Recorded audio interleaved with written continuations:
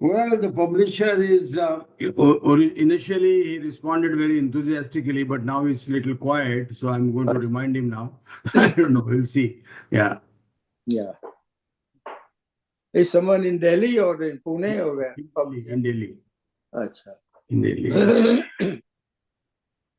But I'm just waiting for him to confirm. Then, yeah, then I will start. Yeah, further action. Yeah. Okay.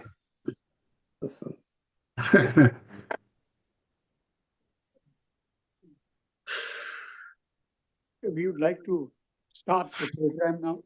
Thank you very much, all of you. In spite of the bitter on this evening. Namaskar and good evening, fellow members of IIC, ladies and gentlemen. On behalf of the D.S. Borker Memorial Foundation and India International Center, welcome to the annual seminar on keys to governance. The topic for 2025 is keys to governance, consensus in foreign policy. We have a distinguished panel of speakers here today. Ambassador Chinmoy Garekhan, who is joining us from New York. So thank you very much to come in. It's pretty early there. Thank you very much. And it's very cold also, I believe. It is very, very cold, I can tell you that. Yes. Yes, thank you. Ambassador Gharekhan served as Foreign Affairs Advisor to two Prime Ministers, Indira Gandhi and Rajiv Gandhi. He was India's permanent representative to the UN in New York. He was India's Special Envoy for West Asia and was Secretary General of the United Nations. Ambassador Sudhir Devare joins us from Singapore. He's a former Secretary Economic Relations in the Ministry of External Affairs, former Indian Ambassador to South Korea, Ukraine and Indonesia, and a prolific author.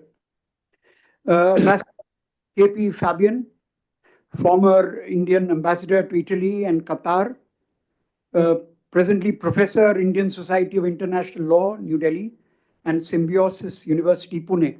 He's also the convener of our IIC Sectoral Policy Group on International Relations.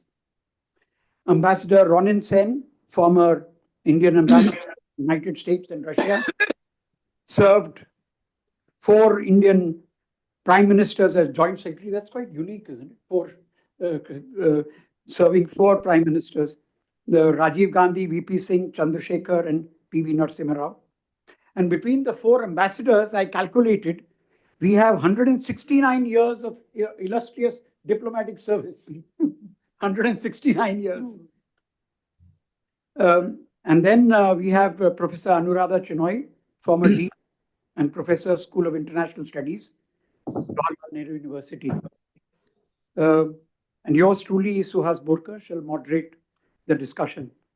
For some housekeeping, the discussion, each speaker gets 10 minutes, which takes us to about 7 p.m. After that, we open the discussion to a Q&A. At the end, each panelist gets 2 minutes for concluding remarks, and we close at 7:30. This is the 10th edition of the seminars on keys to governance in honor of my elder brother, Shekhar Borker, banana boy on the Indian postage stamp, private sector administrator, citizen environmentalist, empowerment of persons with disabilities, and a senior member of IIC who passed away on 7th of January 2015.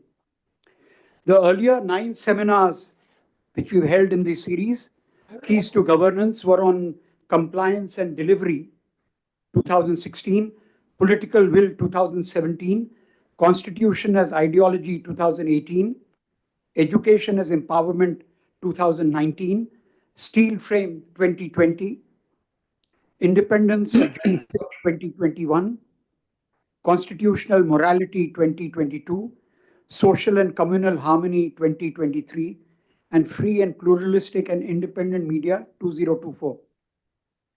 For 2 years during the COVID pandemic, we were on webinar mode, but in 2023, we resumed the physical meeting with a technological add-on. of live webcasting on the IIC YouTube channel, IIC programs. The program is archived on the IIC channel to be viewed anytime on call. This year too, we are webcasting the seminar live. I would like to acknowledge the presence of Shri K. N. Srivastava, our director of IIC, and Shri P. K. Tripathi, our executive committee member, who's just got out of a knee operation. It's the first time he's come out after that. So thank you for coming and climbing the steps up. So now we would request the speakers to kindly light the lamp, sir. Ma'am, come. Light.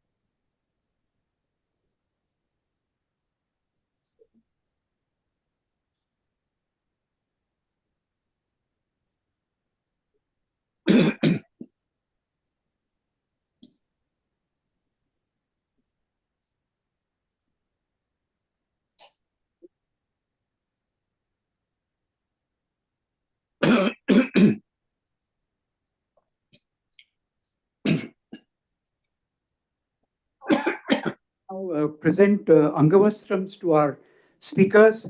These Angavastrams have come from the artisans in Salem in Tamil Nadu, and they are called Ganga Jamuna, and they represent our pluralistic tradition. So can I request Sudha?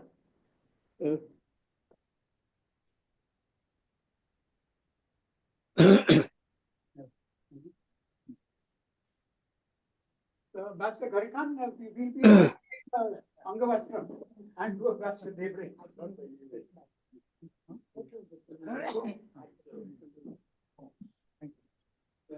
Thank you.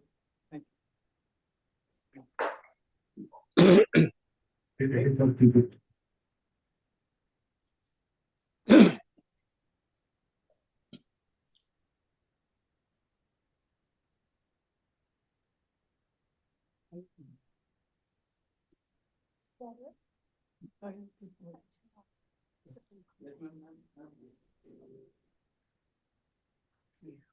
Sudhir, we can only see half of your head. Okay. Now? And then Now you can see the whole head in full. I would request Avya Adyapat and Hridaya to add a green touch and give the plants to all the three. Is it better? It could be little better, more.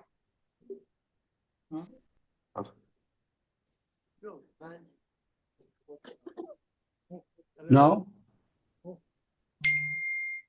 Yeah, chalega, I think Suhas will probably tell you. Yeah.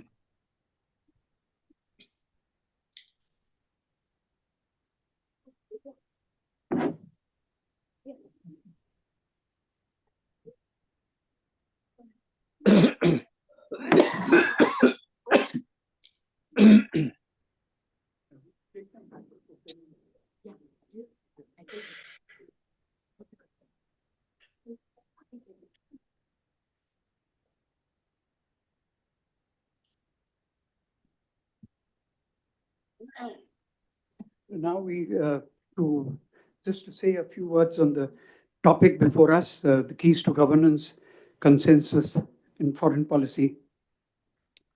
While domestic policy has always been deeply divisive, India's polity had for long achieved a bipartisanship and it came to foreign policy positions, and often took pride in the deployment of opposition leaders to defend India's case worldwide, including at the UN.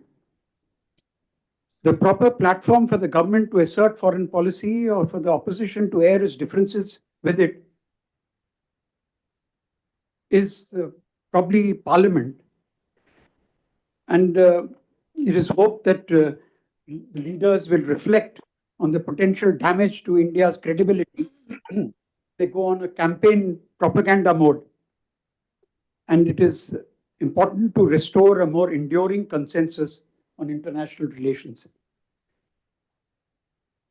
Now I would request Ambassador Ronen Sen to open the. Thank you very much. Thank you. What should I say on consensus in foreign policy? Because there is one element in any policy is the status quo. So people are comfortable with status quo. And in fact, it takes effort, a special effort, to disturb the status quo and take any initiative. That's one aspect. So status quo doesn't require too much of movement. There is, of course, that aspect which is there, which prevailed till recently, what you referred to, namely that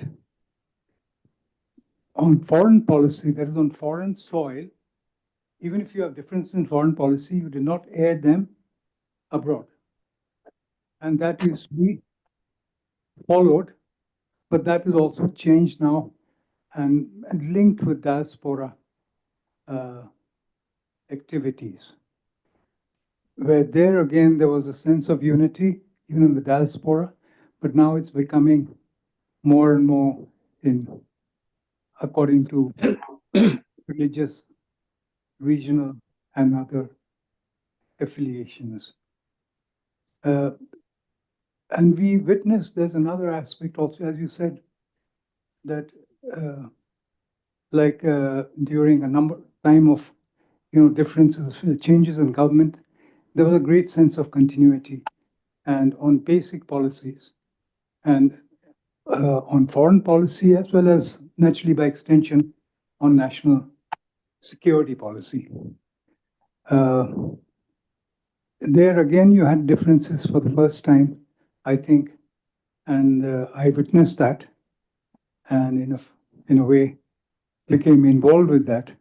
That is, while we strove very, very hard, it was not a natural state to say that you had, let's say, bipartisan support in the United States, for a path-breaking deal, which was a civil nuclear deal. A misnomer in a sense, because it had incidental nuclear power, but actually it was of removing India from a technology denial regime and targeting India in that respect. I was involved at an early stage because I was in the Atomic Energy Department at that time, when you had the targeting of India in the Nuclear Non-Proliferation Act by the US, and also setting an international regime with the London Club, etc., which led to the Nuclear Suppliers Group ultimately. And it was removal of those restrictions, and as well as access to new and emerging technologies. And that was the critical part. And also important strategic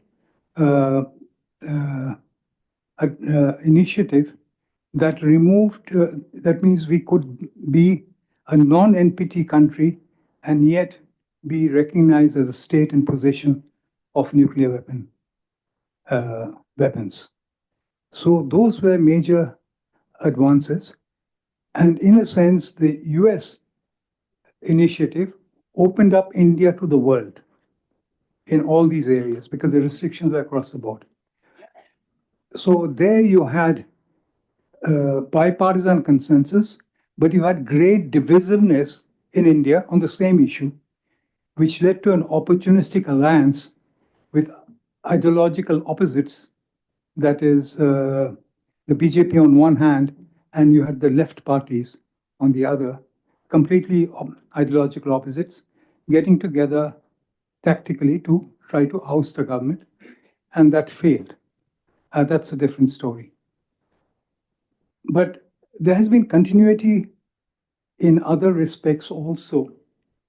Continuity basically in economic policies where it was much more difficult, which was basically a domestic issue on which there was consensus on the need for reforms, but that was easier when there was a crisis, when we reached a critical state, like in 91. I remember at that time, during Prime Minister Chandrasekhar's days, but even earlier, it was evident during the term of Prime Minister VP Singh, where we reached a stage where we had to really, we were on, just less than a month in terms of foreign exchange reserves, for our imports. So it was in that critical situation, everything was accepted. People said there's no alternative. But things, when they were better, and those reforms, incidentally, were started by Prime Minister Rajiv Gandhi and continued and taken to its full conclusion by Prime Minister Narasimha Rao, ably assisted by Dr. Manmohan Singh. So, and also another aspect I would like to say is that which made India unique was our democracy.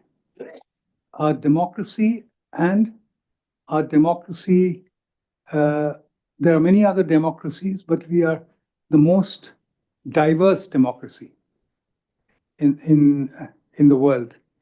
And also, we are a democracy which in our neighborhood is about the most diverse anywhere in the world. At one hand, you had military dictatorships, you had throwback to medieval era in Afghanistan, you had an absolute monarchy at one time, which became a constitutional monarchy in Nepal, absolute monarchy in Bhutan. You had a completely different, and different kind of regimes and the diversity in that respect also was unique.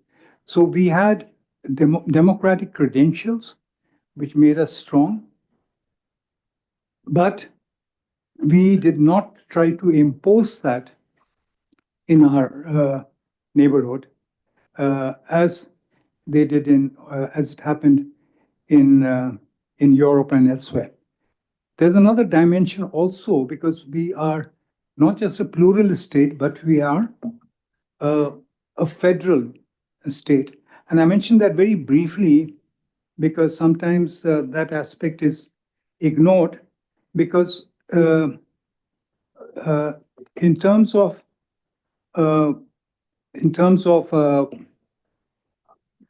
our regional challenging regional situation, the impact, except for 5 union territories and maybe one state, 5 union territories and states, all our other states have both land and maritime boundaries, and they are directly affected. And each one of them is affected like automatically. If you have West Bengal, that's affected by any development in Bangladesh and Nepal. And so is it the case with Bihar. Tamil Nadu, you all know the direct impact in terms of what happens in Sri Lanka. So you had all these elements at work. And even at the time when you had one party governing all of India, you had the conflict, which was very well known. I mean, for instance, on the Berubari issue, which is a comparatively minor issue, you had the West Bengal governments, Congress government led by Vidhan Roy, against the Union government led by his good friend Jawaharlal Nehru. And many other examples are there. So those are both a positive factor, but it has other connotations in terms of what you call consensus, where there was clearly established in our constitution, where its foreign policy, defense, and currency are clearly with the Union government. So I will leave my remarks just to these two elements. There are several others which one could elaborate both on differences and on divergencies on our policy. And also consensus, I would just like to make one final comment. Consensus is not necessarily positive. As I indicated, when you have change and with changes which are necessary in view of changing circumstances, radically changing circumstances, you cannot be static. In fact, there is a saying in Bengal that the only fish who go with the current are dead fish. And all noble fish like the hilsa or the sturgeon or the salmon, they swim against the tide. So I will end my remarks with that general comment. Thank you. Thank you very much, Ronen, for that overview. Now, before I ask Mr. Gharekhan to come in, we have a small, a brief bite which I have dug out from my archives of Shivshankar Menon. Can we have that? It's just 2.5 minutes, and he talks of consensus. So can you play it, please? About consensus, I think we wear rosy spectacles when we look backwards at foreign policy in India. We always say we used to have consensus, which is not true. We've never agreed on Pakistan policy. We've never agreed on China policy. If you look at some of those debates in Parliament between 59 and 62, and even after 62, I mean, there was blood on the floor. US policy, these have all been very contentious domestically, politically, but I think that's normal. As I like to say to Chinese friends, we do in public what you do in private. And we argue about these things, but a democracy should. If we don't argue about these things, frankly, I mean, we'll end up in the wrong places. If we start just accepting, 1, 2 people's word that this is the way it's going to be, especially in foreign policy, because all the actors you're dealing with are outside your control.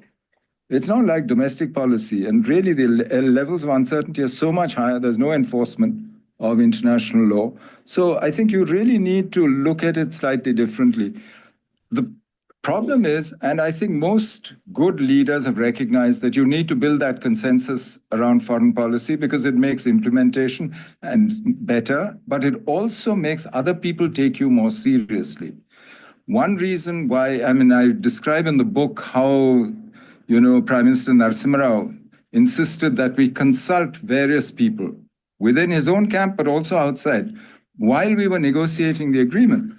And not that we had an agreement or anything when we started. And I asked him, what do I tell them? I have nothing to say. He said, no, just go and ask them what we should do. But it was a way of co-opting them and then talking to them. And some of the best ideas actually came from Mr. Vajpayee, who was in the opposition then, was the leader of the opposition. So I think that part of the process, I think, is very important. If you want to make foreign policy well, I think you need to go through some internal consensus building, nemawashi, as the Japanese say, which I think is something that maybe we risk losing when we start. I don't get the sense that we're doing quite as much of that as we may be used to. And as Ronen said rightly, a lot of that was actually within the ruling party. Maybe it's going on now, I don't know. I can't comment on the present. About consensus, That's okay. Thank you. I think we... Can we have Ambassador Gharekhan? Sir? Audio? So you have to... Okay. Yeah, that's fine.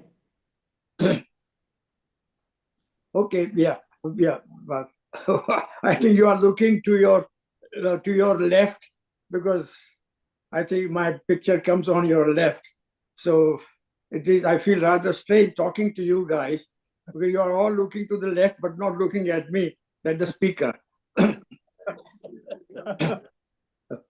Anyway, I see some Look to the camera. I see some familiar faces in the audience, the diehards who never fail to attend a meeting in conference room number 1. I can tell you it is very cold here.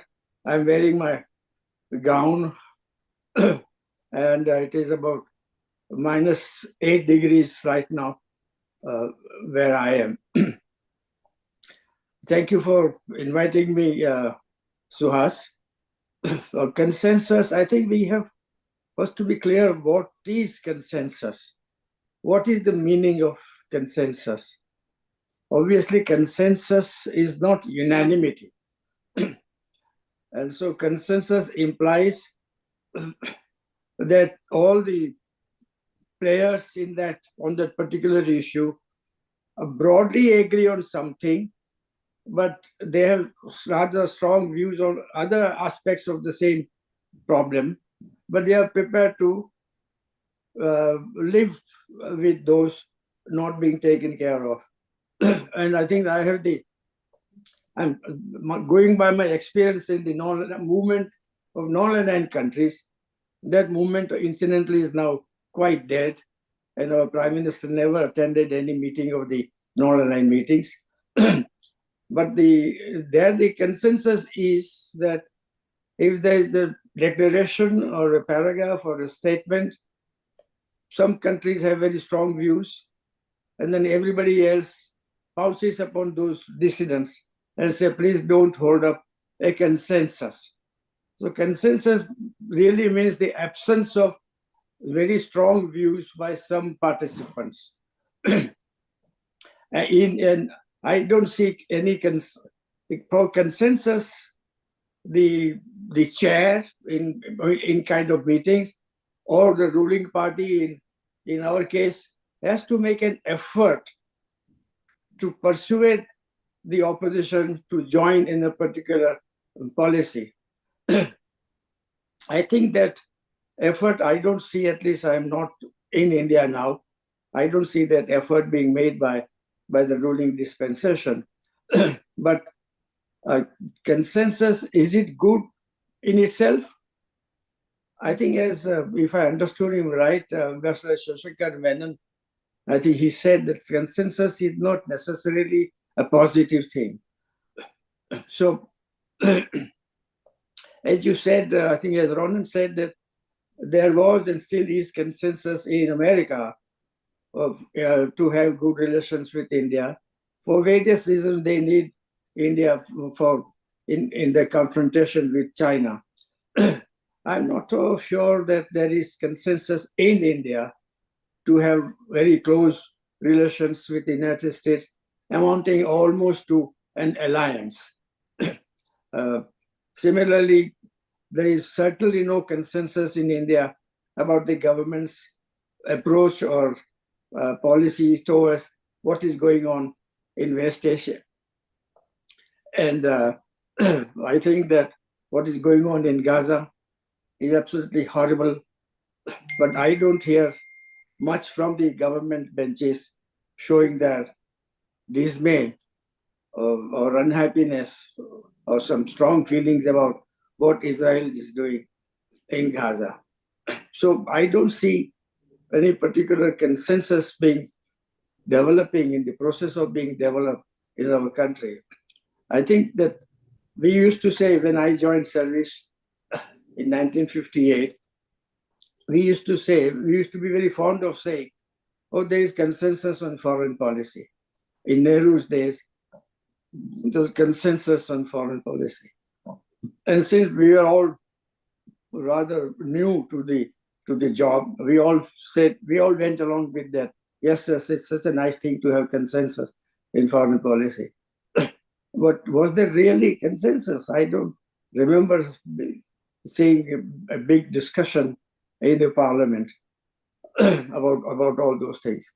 So I think that consensus is a desirable thing in most cases because it brings stability, it creates credibility for us, especially when it comes down to agreements of trade or military matters.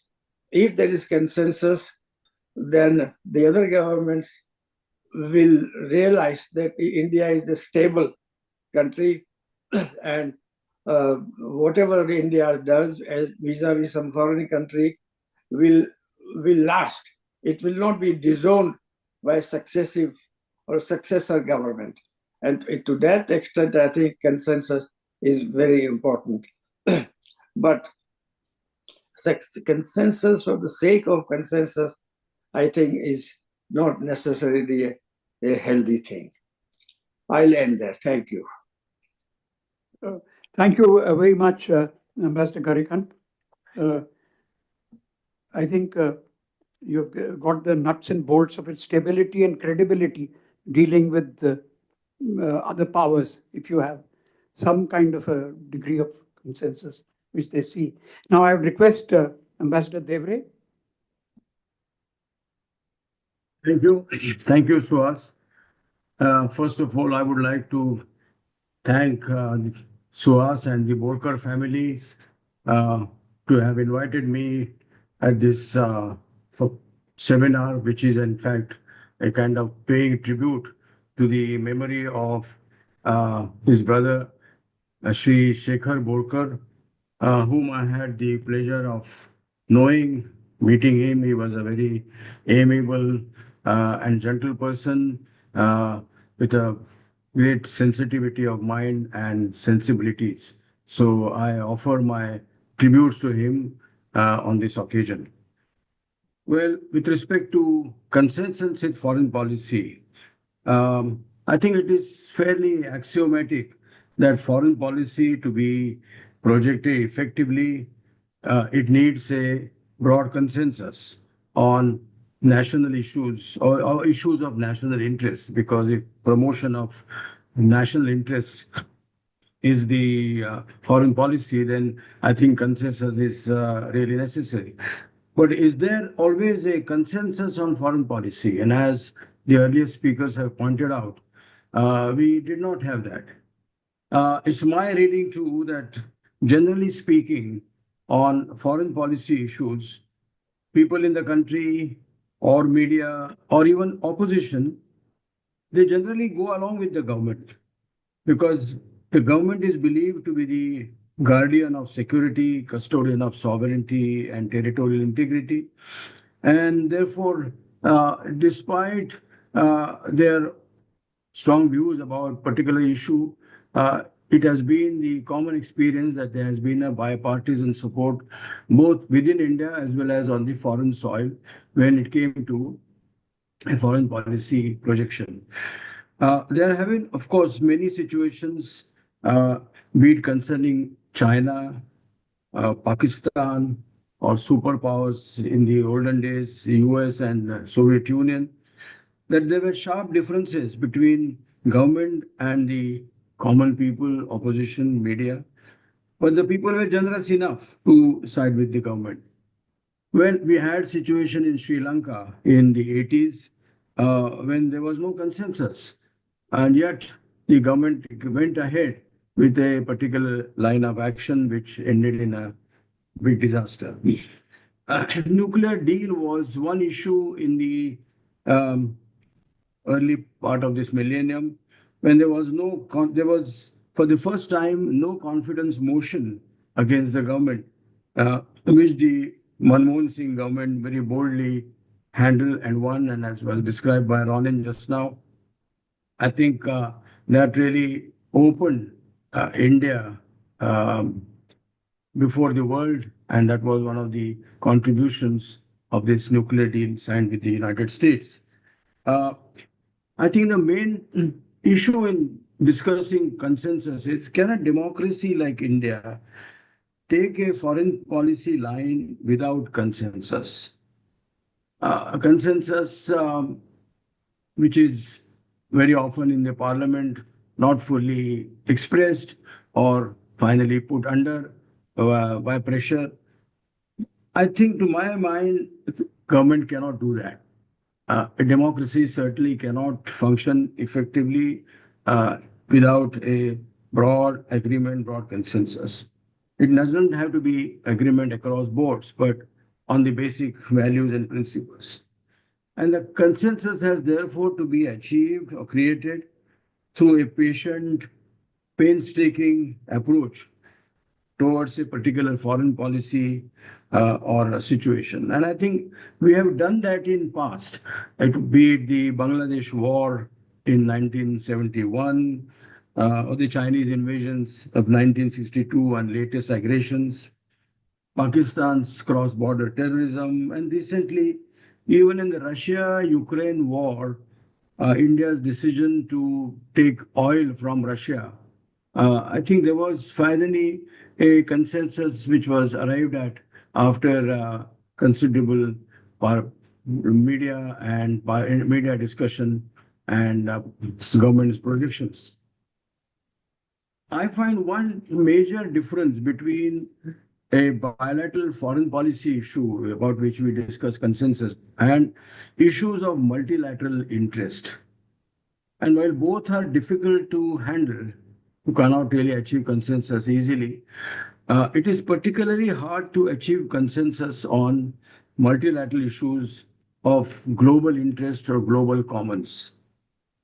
I mean, take the instances of WTO, which even after 30 years of its inception is today bogged down for lack of consensus. Climate change negotiations are not making any meaningful progress, and the Paris Agreement of 2015 is hardly implemented. Security issues, including nuclear disarmament, have remained unresolved for decades. And if there is one cause for all this, is lack of broad consensus on these issues. And in that, very often the countries which suffer are the global south or the developing countries, because power is the currency which is used by major powers regardless of consequences. And they are not bothered about whether there is any consensus on a particular issue which has humanitarian dimension. So Indian diplomacy, to my mind, will have multiple challenges before it. It will have to be based on mutual benefit, and they will vary from country to country. But on multilateral side, security and development issues would need to be given priority. Global South will need to keep pushing its point of view, regardless of lack of consensus within Global South itself and beyond. And we may see some incremental progress here and there towards achieving that consensus.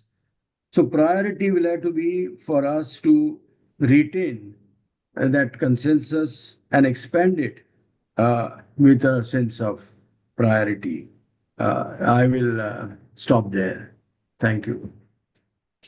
Thank you very much, Ambassador Devare. Now I'd request Anuradha to take the floor, please. Suhas and the Borker family, distinguished co-panelists and friends in the audience. I'm deeply honored to be here on this occasion of commemorating Shekhar Borker, administrator and activist, on the issue of consensus. Now, of course, after these very eminent speakers, a very hard act to follow, but nonetheless, I think I raise three questions. And one is, why is consensus as we see it? And I believe consensus has to be constantly built, negotiated, leveraged, and at least an least common denominator.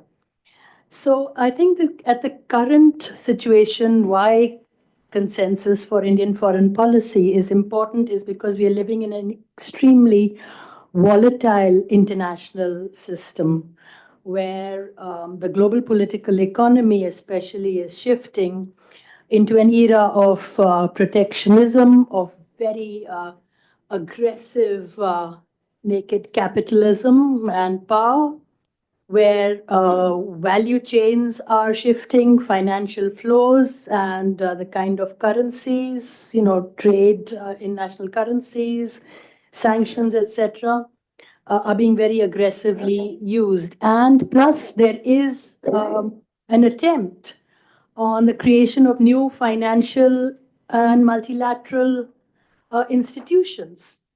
So if India has to navigate through this tempestuous terrain, there are definitely some points of consensus. And here I would, Ernst Gellner had argued in 1983 that third world countries and the global south, now what it is called, they have a dependence domination dialectic. But in the case of India, I argue, it has a dependence and autonomy as articulated in the strategic autonomy dialectic, where in its narrative and its self-projection, it sees itself as a balancer. These are the words I hear in all, the strategic community, in the foreign minister, etc. They see themselves as a balancer, a connector between polarized global powers, that their policy is transactional.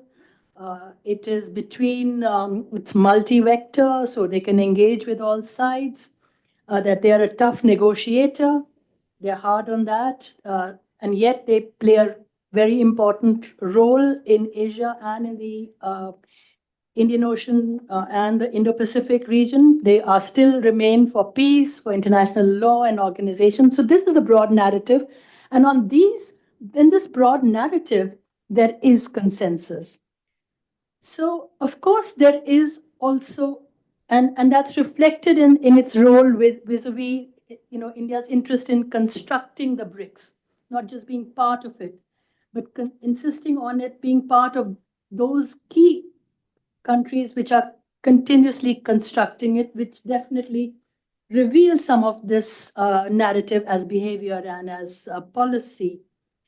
What is different is the shift from the earlier, and which has been mentioned by my colleagues here, that the shift from its past, where it sees itself very strongly as a particular civilizational state, where the regime is interested in highlighting its religious and symbolic identity and a kind of an ethnic nationalist power. And that is dividing people, especially, as I think Ambassador Ronen said, the diaspora.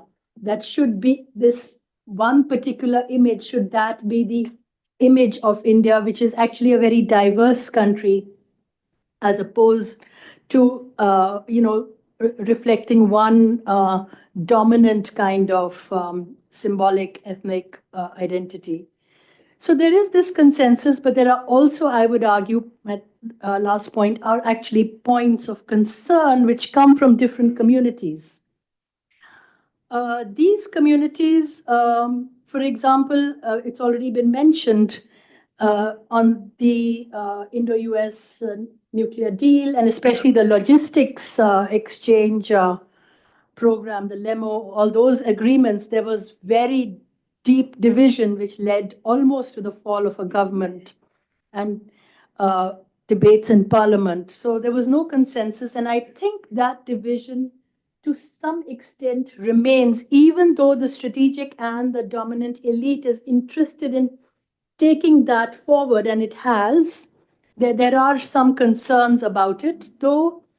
So that's one point. The second, of course, is on the normative, where it was argued that the earlier consensus was based on really what India is saying as in its narrative, that they wish to reflect the voice of the global south. But if you see actually even within BRICS, who is actually reflecting the voice of the global south, it's South Africa, who went to the international court on the issue of genocide in Gaza. Whereas, we've been extremely silent, though to project the consensus, we've gone along with the decisions in the UN General Assembly, humanitarian assistance to Palestine, etc. But the real issue was the talk on Gaza. So we've done sometimes both, but there are concerns about that from various communities in India. And I would say that there's really no clear consensus on that. Also, on the issue of while there is a support on the foreign policy from India's growing industrial and capitalist and commercial class, I do hear some things that what they are arguing is that just in 1813, when British policy went, advocated that trade, that flag should follow trade, or rather, for us, it translates into that flag follows geopolitics, which the West is now doing.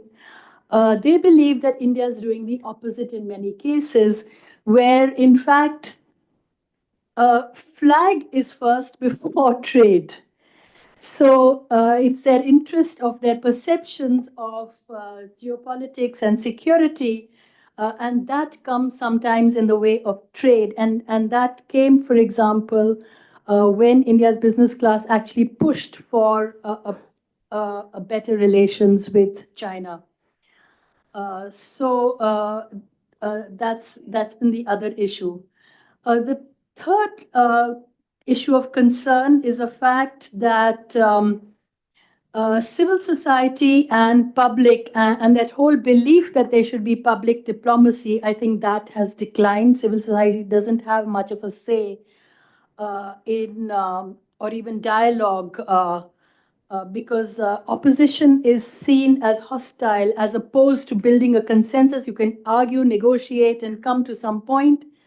So there I agree with what all the panelists have said, that earlier we did see much more dialogue, and this is a matter of concern. And so therefore my conclusion therefore is that just as India's, generally it is domestic policy which influence foreign policy, but in our case, when we are talking of a plural world, the importance of non-hegemony, the importance of being a balancer between groups, all this should actually reflect internally or domestically also. So I believe what our narrative on foreign policy, on the fact that the world is plural, there's no one path, that even the global south should carve out its own, which means that those who've been non-hegemonic, because the global south has never been hegemonic, and India is arguing as a voice of the global south, I think they can practice that domestically also. Thank you very much. Thank you, Anuradha. Before I invite Ambassador Fabian, I just wanted you, Ambassador, to touch on the, when we had the general elections in last year, the certain heated campaign rhetoric came up, and which was, of course, meant for domestic audiences. But, somehow our political leaders assume that India's international partners are not watching and listening carefully to what's happening. So you had this weird pickup of raking of the Kachativu Agreement, 1974. And then you also had a chief minister talking of, that within 6 months we'll take up Pakistan, occupied Kashmir, we'll capture it. And then, of course, the rhetoric again went on the Indian Army, the Chinese PLA, Galwan 2020. So, where do you place all this? In your frame?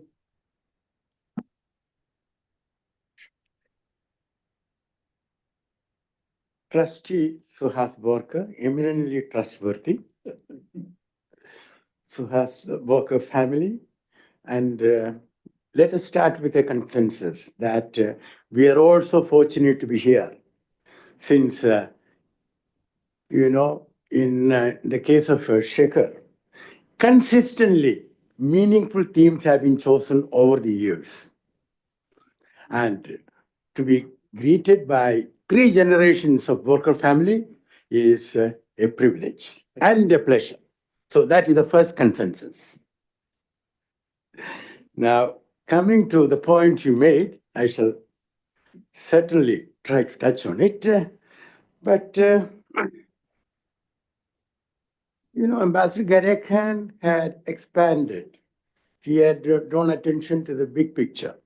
He spoke not only about consensus in India's foreign policy making, but also what happens with NAM.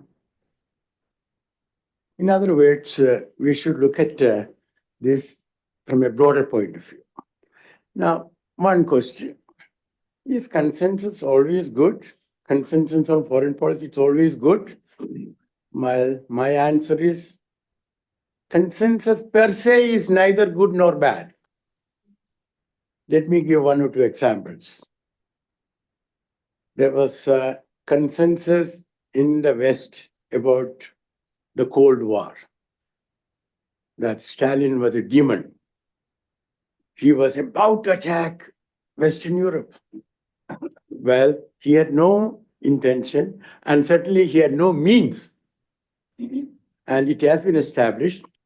I remember reading the British military attaché in Moscow saying, Stalin has no plans and no means to attack Western Europe.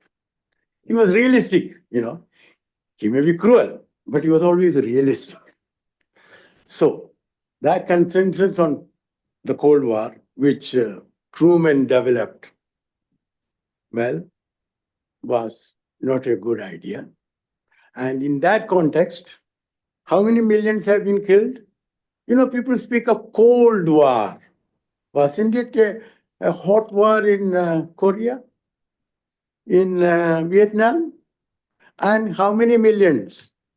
Actually, we don't know, but probably 6 million plus more human beings were killed because of this consensus that the Soviet Union has to be, contained.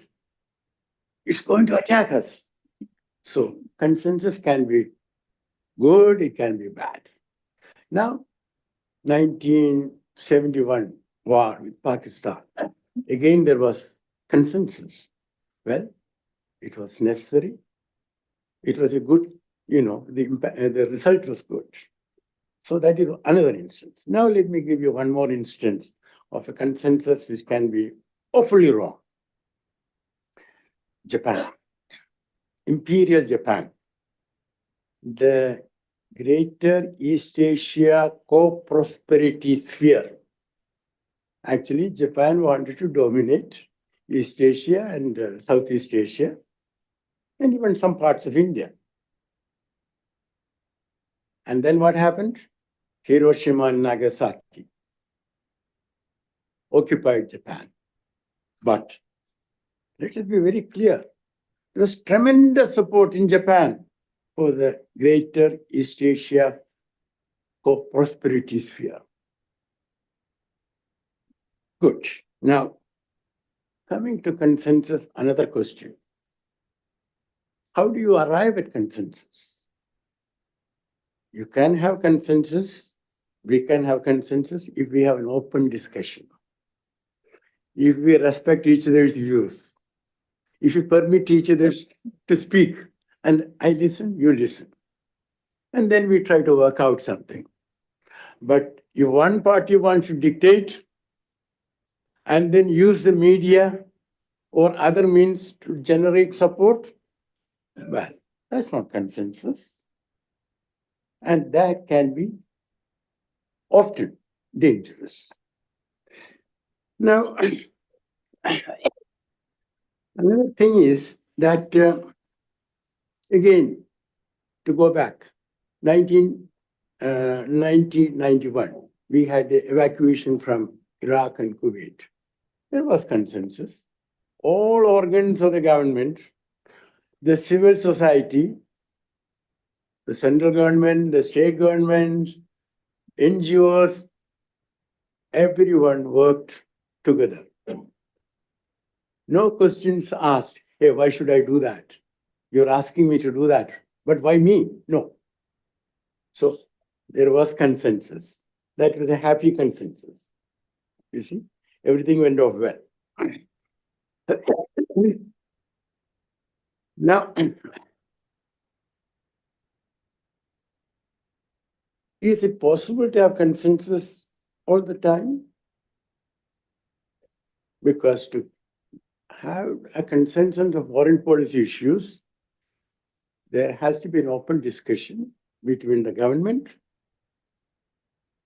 between the civil society, civil society, academia.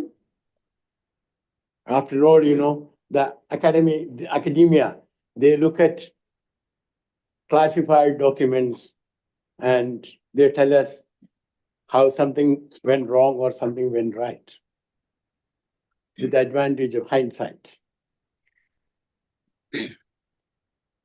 Now, that has not been happening, neither in India nor in any other country I can think of. So that sort of consensus building has not been happening, even in the so-called democratic countries. We say that, democratia, people rule.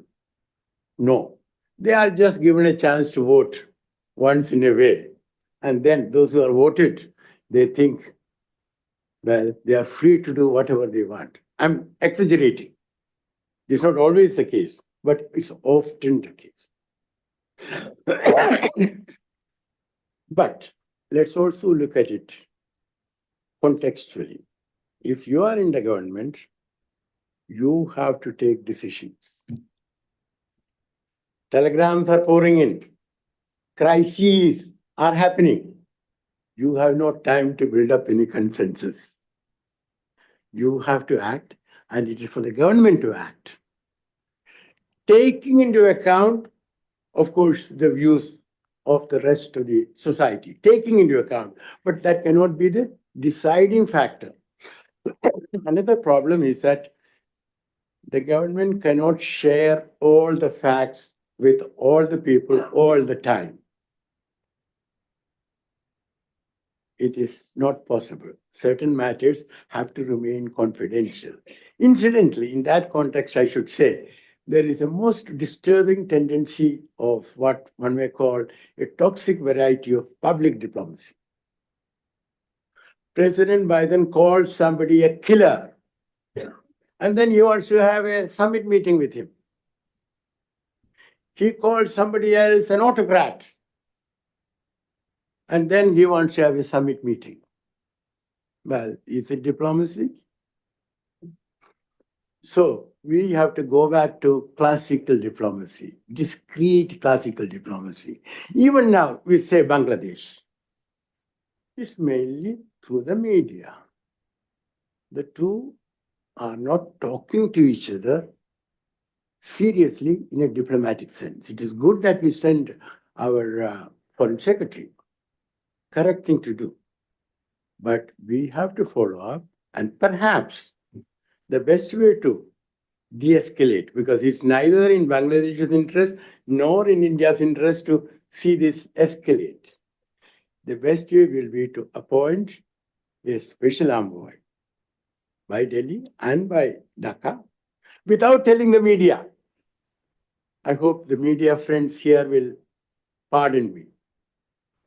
And these two should meet somewhere in a neutral place and sit there as long as necessary and prepare a paper ad referendum to be referred to their respective governments. That is classical diplomacy, you see, not making statements. Now, certain matters which you raised. Well, let me put it this way. In my view, I may be wrong. Foreign policy should never be subordinated to domestic, what shall I say, partisan interests. Foreign policy is foreign policy, and if you sort of mix it with your domestic concerns, well, you are not doing the right thing.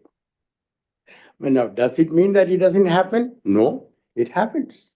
Not only in India.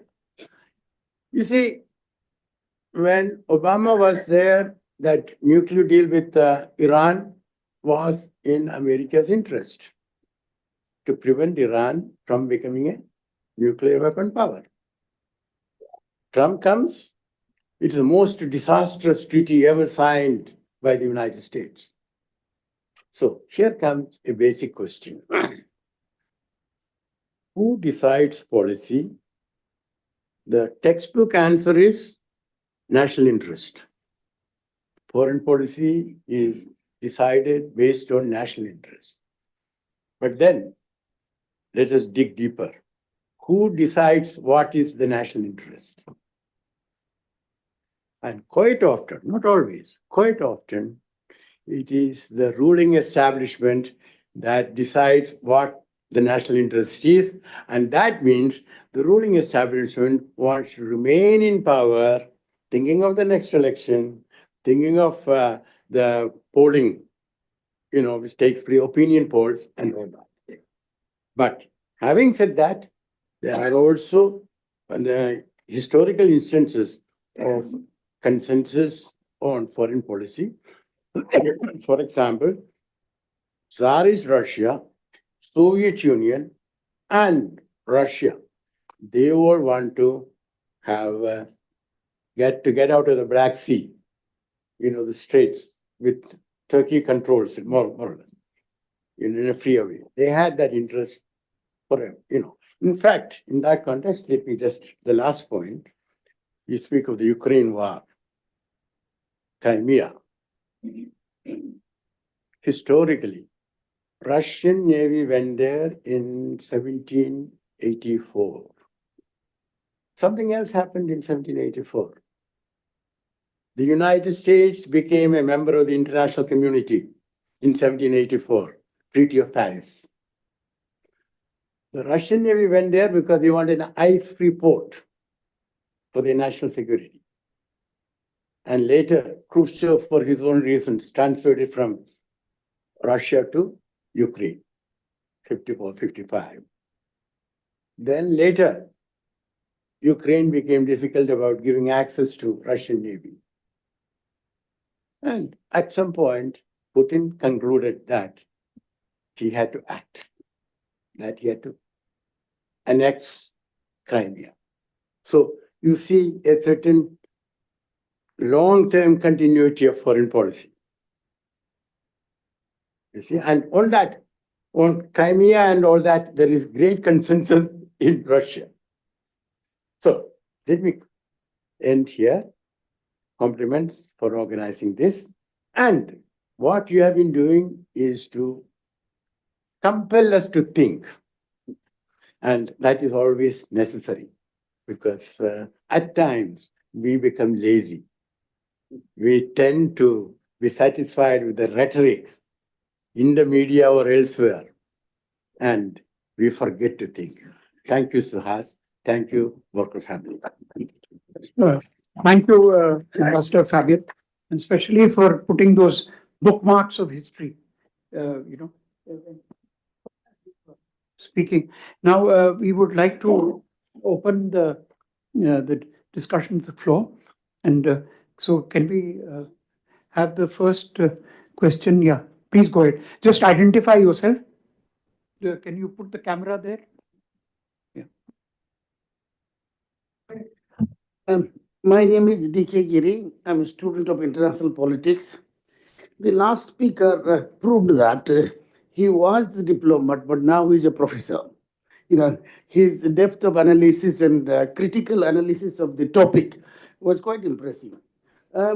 Consensus, like you said, sir, it's not a political principle, not a concept. It is a strategy of decision making. Whether you employ majority voting or consensus, what is important is consequence.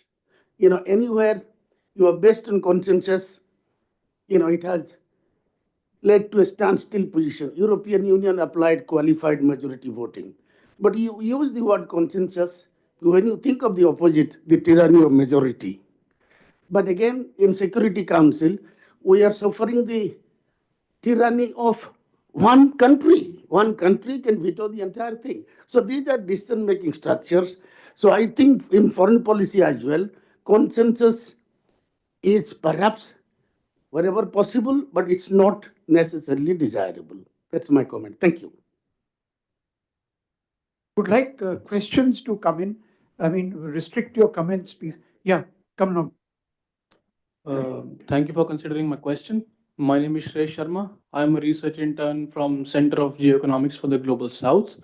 My question is open to the panel as Ambassador Ronen Sen said that differences in foreign policy are not to be declared on foreign soil. That was the very first remark that he made. And he also said that now it has been happening a lot more frequently, or at least it has started happening. So is it necessarily detrimental to India's interests to declare differences in foreign policy on foreign soil, or are there some positives to it as well? Thank you. Well, I just pointed out a fact, and I think it's undesirable because decisions regarding India should be taken in India and discussed in India.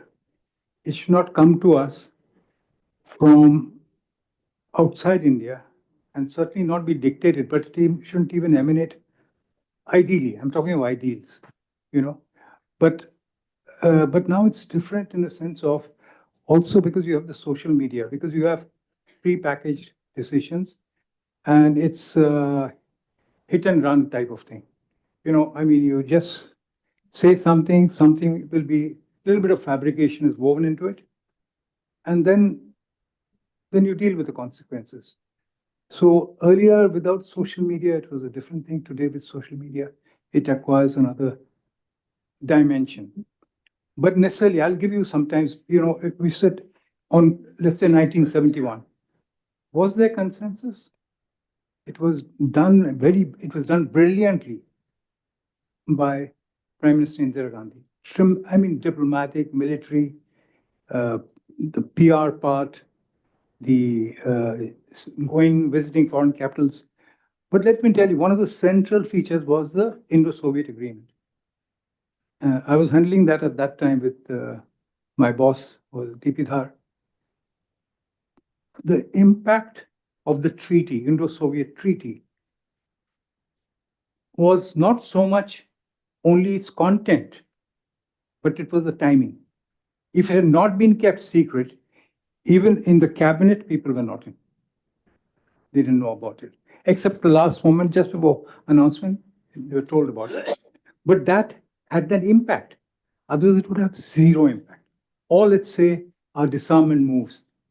You have Ambassador Gharekhan over here, who has played a pivotal role in that, 5-continent, 6-nation peace initiative. While that was going on, and there was another move also by Prime Minister Rajiv Gandhi on, non-violent, not nuclear world order. It had it had supported across the board. But at the same time, started our weaponization program, nuclear weaponization program. Hypocritical, you might call it that. I can give you a number of other examples. So a lot of it, or for instance, the China visit, which was another major breakthrough. There was no consensus in the party. In fact, there was opposition. A lot of people said, look, why is the young man, that's the Prime Minister of India, going to shake hands which had the blood of his grandfather?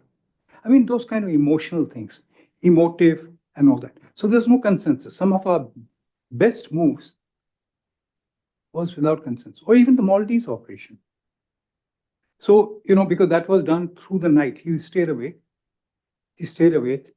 A cabinet decision had been taken, but many changes had been done, and those saved a lot of lives. Others would have started off with large amount of casualties. He took the decision at past midnight, but then people analyzed that later. Books have been written. But I asked one of the authors, I said, look, you have written pages about it. How much did you think about it? He was offended. He's saying, I've dealt with several hundred hours. I said, how long did it take for the decision? How much time did we have before it became academic? How much time? I told him 2 minutes. We didn't have more than 2 minutes. Otherwise, it would have been a pointless decision. But anyway, that's broadly the point I had to make. But it's still, I would say, it's desirable, at least to have the process of a dialogue. The Maldives operation reference was to Operation Cactus, right? No, the cactus was one of them. Cactus was one of them because of three elements. There was an Air Force, then together with the commandos that involved the army, particularly from Agra, the paratroopers from Agra, and you had a naval, I think thereafter also, and you had all the other players, mind you. You had the United States, you had Sri Lankan, because these were Sri Lankan militants. So I don't want to go into detail, but what I'm telling you is just decisions sometimes have to be taken, as was pointed out by Ambassador Fabian. And you had to take it. You didn't have time to cogitate or even talk to somebody. The number one takes the responsibility. If it failed, it would have been his, meddling into it and all that. So, but it succeeded. So it's not news. Can I? Hello. Yes, sir. Sir, Identify you, sir. yeah, Kamal Malhotra, retired head of the UN and a number of countries. I guess my question is, and I agree with Ambassador Fabian that when domestic divisions are portrayed into your foreign policy, it's a serious problem. But when domestic divisions are as deep as they are in a number of countries, it's almost inevitable that they will reflect in foreign policy. That's true of the United States, it's true of India today. The Palestine issue is, I think, probably one of the best examples of clear divisions in foreign policy. India's historical legacy on Palestine from the Nehruvian period is astonishingly good. Every Palestinian ambassador I met remembers that, but it's all gone now. Given India's lack of a position, you may vote in UN resolutions on humanitarian issues, but the clear vote where your position comes out is on the political issues. And on that, India has been either absent or, essentially its position has been clear, not on the Palestinian side. So this is the diaspora being divided, of course, makes it even worse. And I'm only using the Palestine example, but I think it's true on other issues, including Ukraine. I don't believe there is a consensus on support for Russia or even buying discounted oil from Russia, maybe in some small foreign policy circles, but certainly not amongst the population of India. So how do we get beyond this? It's very hard to see how in the current Indian sort of set of domestic divisions, you're going to reflect consensus in foreign policy. Can I request Ambassador Gharekhan to respond to this on the Palestinian issue, please?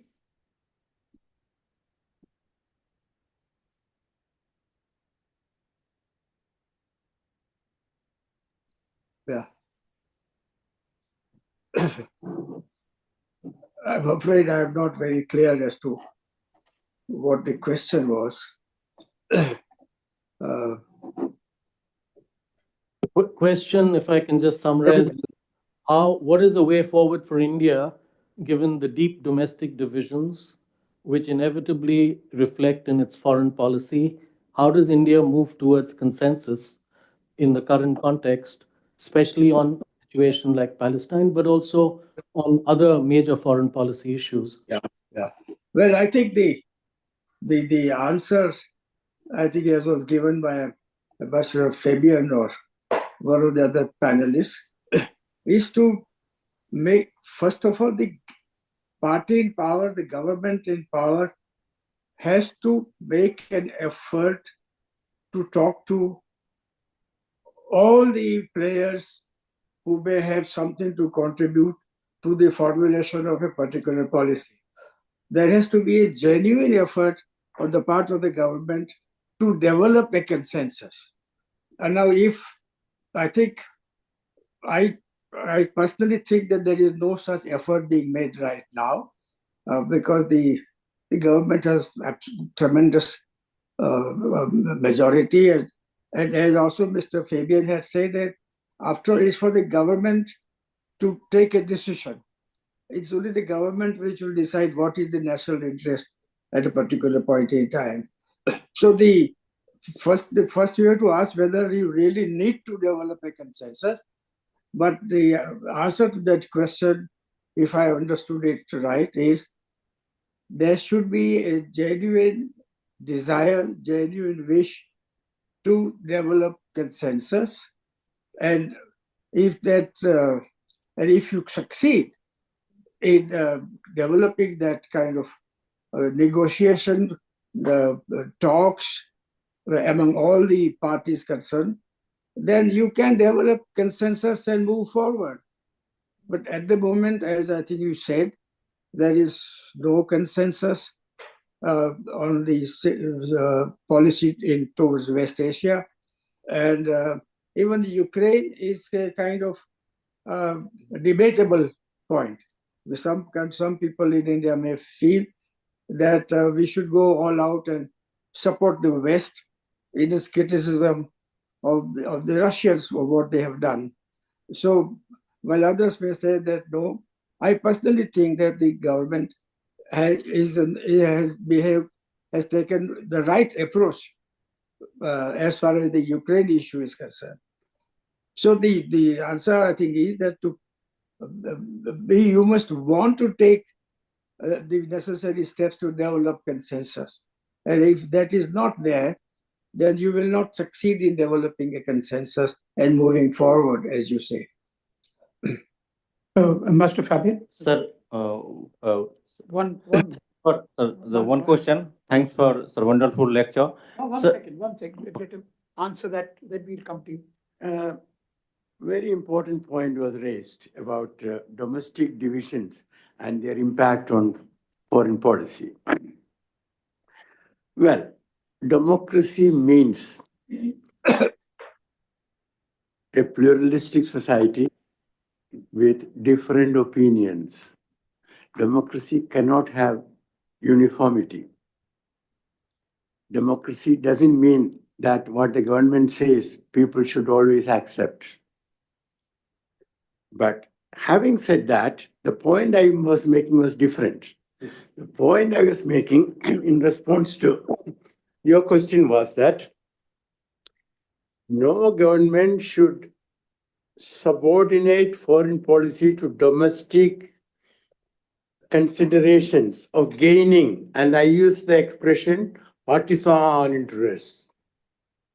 I mean, if it's a question of, taking care of water supply to West Bengal, well, that is not a partisan interest. It's a national interest.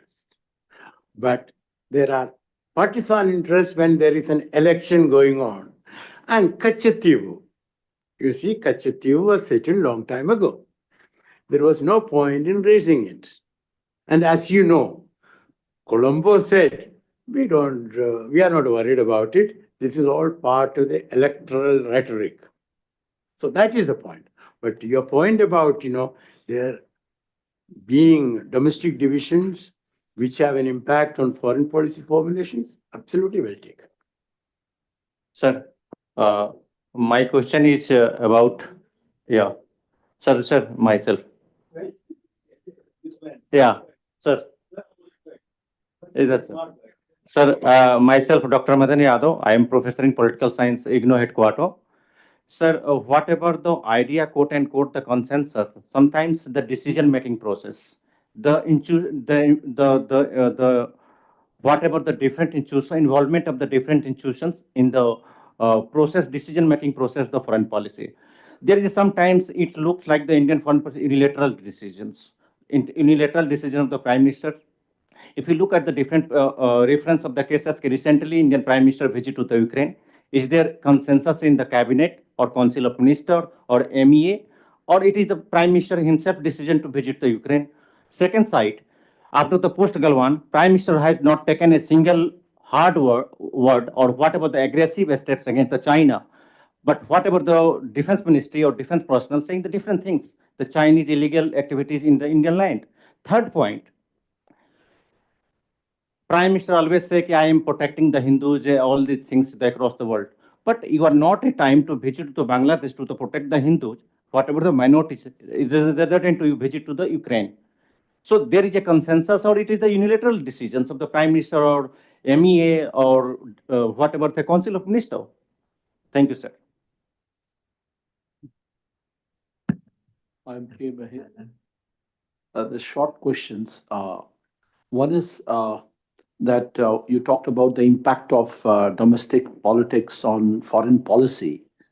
My question is that how can the Indian diaspora play an important role in India's foreign policy when the Indian diaspora is so divided, when we have exported cars to US, UK, Canada, and then we have honor killings, we have booth capturing in Canada, in British Columbia. This is told by our Dosanjh, who was the former prime minister. This happened with him. So how can you have an effective role of the Indian diaspora and who have done well? The second point is that how effective can be our India's foreign policy to cut down on the defense expenditure? If you have an effective foreign policy, you can certainly cut down as a substitute to the defense expenditure. Third is a new issue is that in a federal setup like India, and you are having coalition politics, what is the role of the chief ministers? Say, for example, agriculture, which is a state subject, but we have the WTO, right? So, and they must have a say also. That's very important. Thank you. Okay. Can I,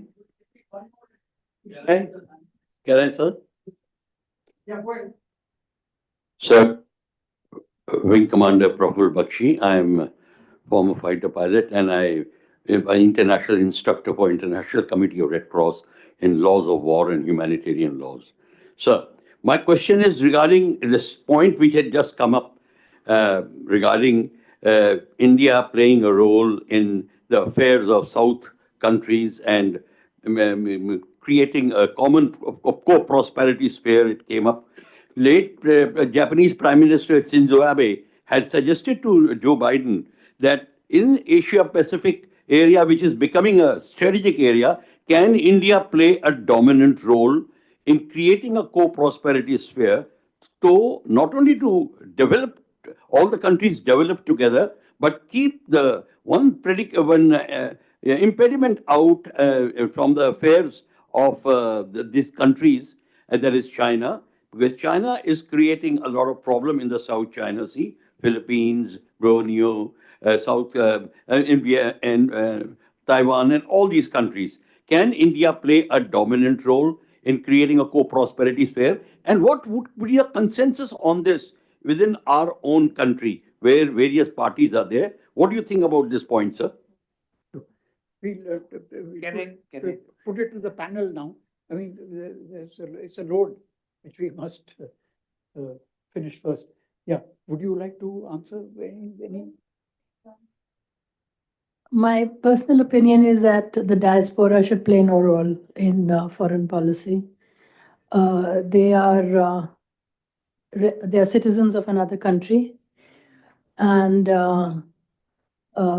they can have opinions, they can have a debate, and they are working sometimes as an interest group. But personally, I don't think, I think the interest groups should come from within.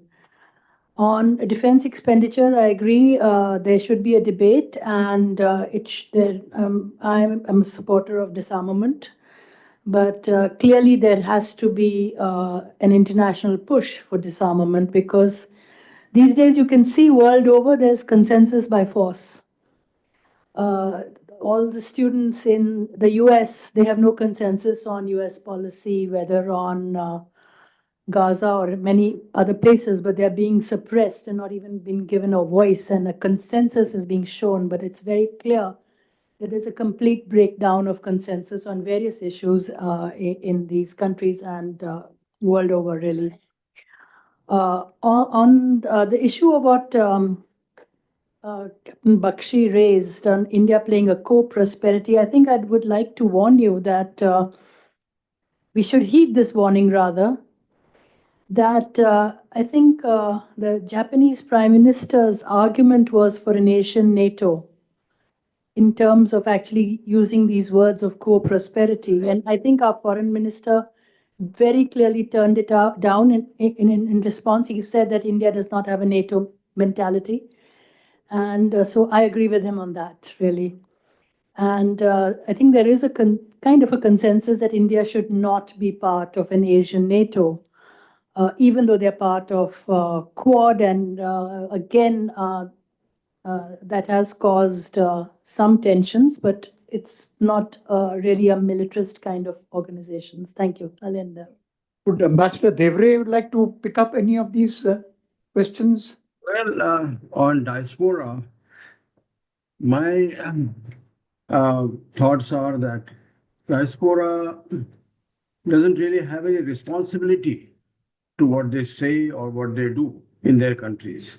And when they support or oppose any Indian policy, I think this is out of consideration, born out of their own economic status or social status in their own country. So, in fact, diaspora taking a kind of a role today in India's foreign policy formulation or influencing is really out of place, and therefore the role of diaspora has to be hopefully limited. As regards the question about role for chief ministers in issues related to WTO or other economic issues, I think it's a good suggestion in the sense, but Commerce Ministry very often consults with the concerned state department, the state governments on a particular foreign policy issue, whether it is the export of onions, for example, or export of rice or import of certain things from outside. So it is not entirely without consultation with the state governments, but this is a process which needs to be further, I think, elaborated and organized so that central government and the state governments work in tandem on this issue. As far as the Japanese Prime Minister Abe's proposal was, he was talking about the two oceans coming together, the confluence of two nations. And in that, I think what he proposed was that India should be not shy of taking the help of Western countries, especially in the United States. He had made that very clear when he had spoken at the Indian Council of World Affairs when we had organized his seminar there. So I think the genesis of Quad, in a way, goes to those thoughts of Prime Minister Abe. And up till now, I think what we have followed in Quad, that we are not really focusing on military issues, but on economic and social cultural issues. That's the policy which I think is in line with broadly what the Japanese Prime Minister had then proposed. With respect to Ukraine, of course, I think India has gone through a considerable deliberation on that. And if we have today taken a line which is mainly primarily in favor of Russia, it seems that considerations of supplies of armaments, and the political support which Russia gives us in the United Nations, etc., outweighs other considerations, namely what happens to freedom of people in Ukraine, or a kind of an aggression against them by Russia.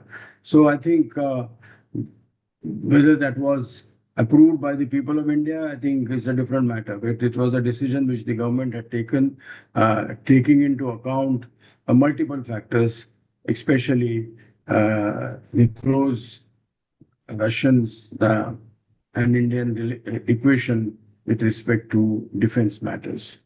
So I would think that seems to be the policy of the government with respect to Ukraine till now, and it would continue when President Trump takes over in the US. Thank you. Can I just? Yeah. Excuse me. Okay, go ahead.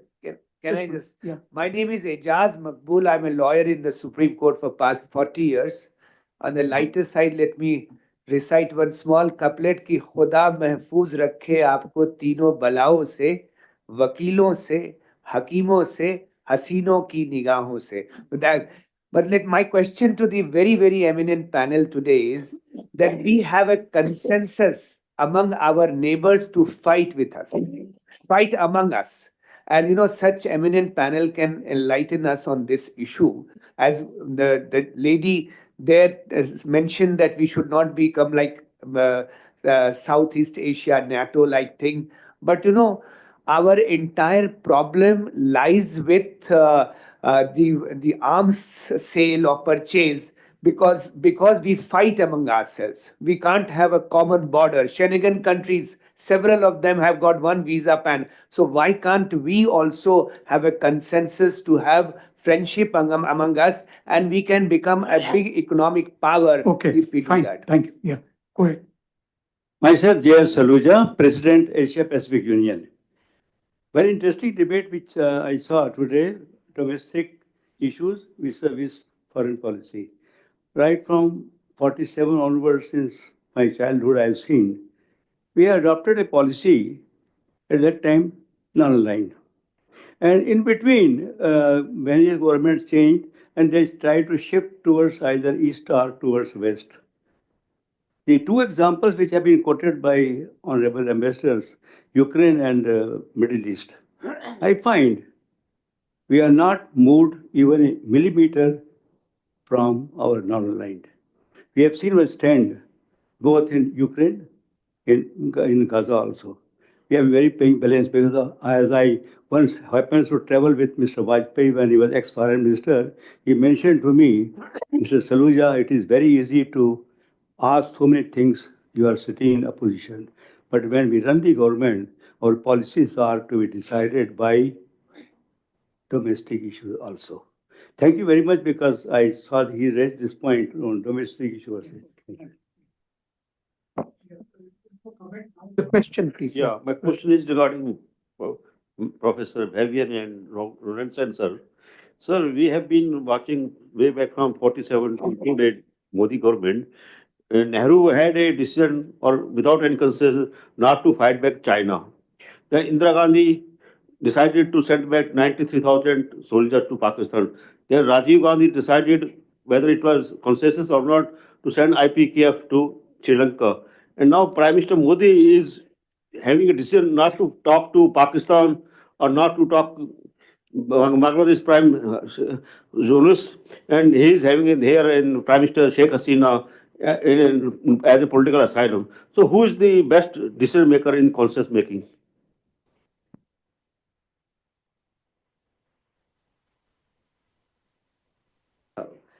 Just the last time I heard the word consensus before this seminar was after the 2024 election results. Now we know where they went. Now that's a simple empirical question I want to ask Professor Ambassador Same. Introduce yourself. My name is Ankit. I'm a student of international relations. Is it better to develop consensus in coalition governments? Is it better? Do we have a better foreign policy under coalition governments? And considering the hypothesis that we're moving towards perhaps a new form of coalition government, we're not seeing that crystallize as of now. But I think that was a relevant political theme with the election this time. So what is the relationship between consensus, foreign policy, and a kind of a coalition government? Well, the answer? Or please. No, I think, I'll tell you, for instance, Ambassador Gharekhan pointed out, what is a consensus?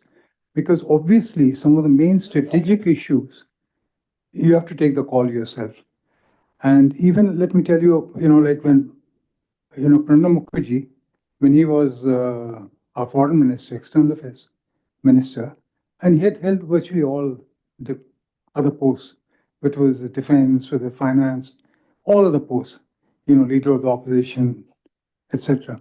So he said that he had the least autonomy of any action when he was foreign minister.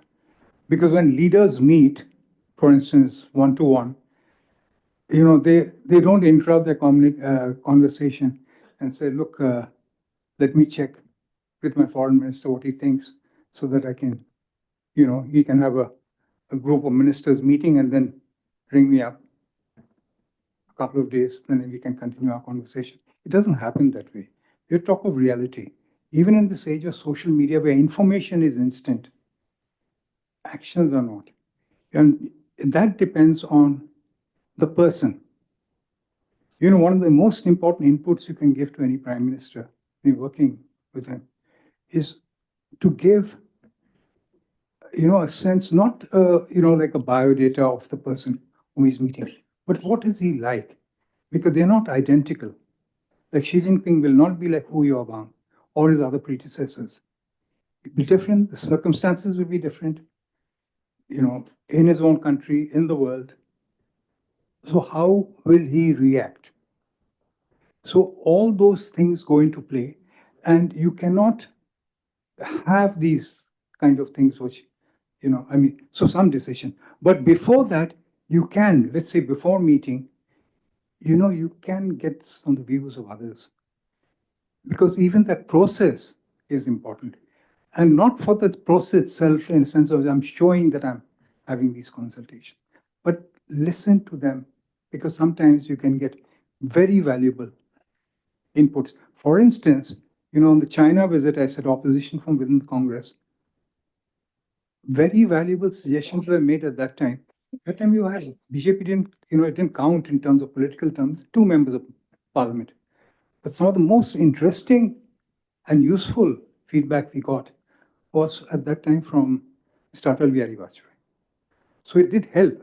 I'm not saying it's just a process, but it did help.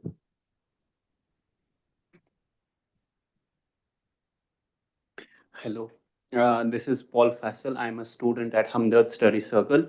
My real quick question would be, in the present day scenario, as particularly we're seeing China is building a greater youth bend dam over Brahmaputra, India being a lower riparian state and seeing no amicable environment and lack of MOUs except for a umbrella MOU on the environmental and particularly the dam projects. How are we seeing environmental consensus getting unfolded at the regional level as well as the global level? Thank you. Is there any? We'll have to close now. The last. Okay. Yeah. Go ahead. Yeah. Very briefly, my name is Yasin Sahu. You see, Prime Minister Nehru, Jawaharlal Nehru in 1927, in his remarkable piece, A Foreign Policy for India, he wrote that foreign policy would be impacted by 3 factors. In 1927, economic factor, Hindu-Muslim factor, Brahman, non-Brahman factor. That was in 27. And now you are in 2025. The history probably is replicating itself. So to what extent all these factors literally bring down the consensus? Because Prime Minister, during his visit to Poland recently, and I wrote an article on this, he said earlier India was maintaining equal distance from all countries. Now we are maintaining equal contacts with all countries. So the leadership itself is destroying the consensus, to my mind. So your reflections on that.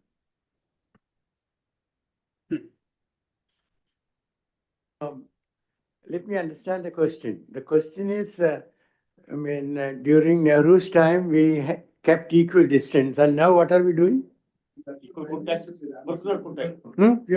Prime Minister said there was a time when India was maintaining equal distance from all countries. Now you are maintaining close contacts with all countries. Okay, now that is Prime Minister's, and it's not my street. Okay, now let us leave out the Prime Minister.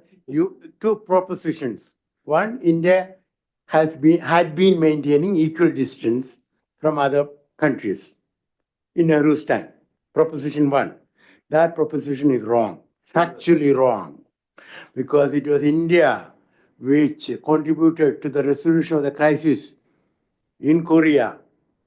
You know, the Korean War had become a military stalemate, but they didn't know what to do with the POWs. Where do they go? And it was V.K. Krishna Menon who came out with an idea.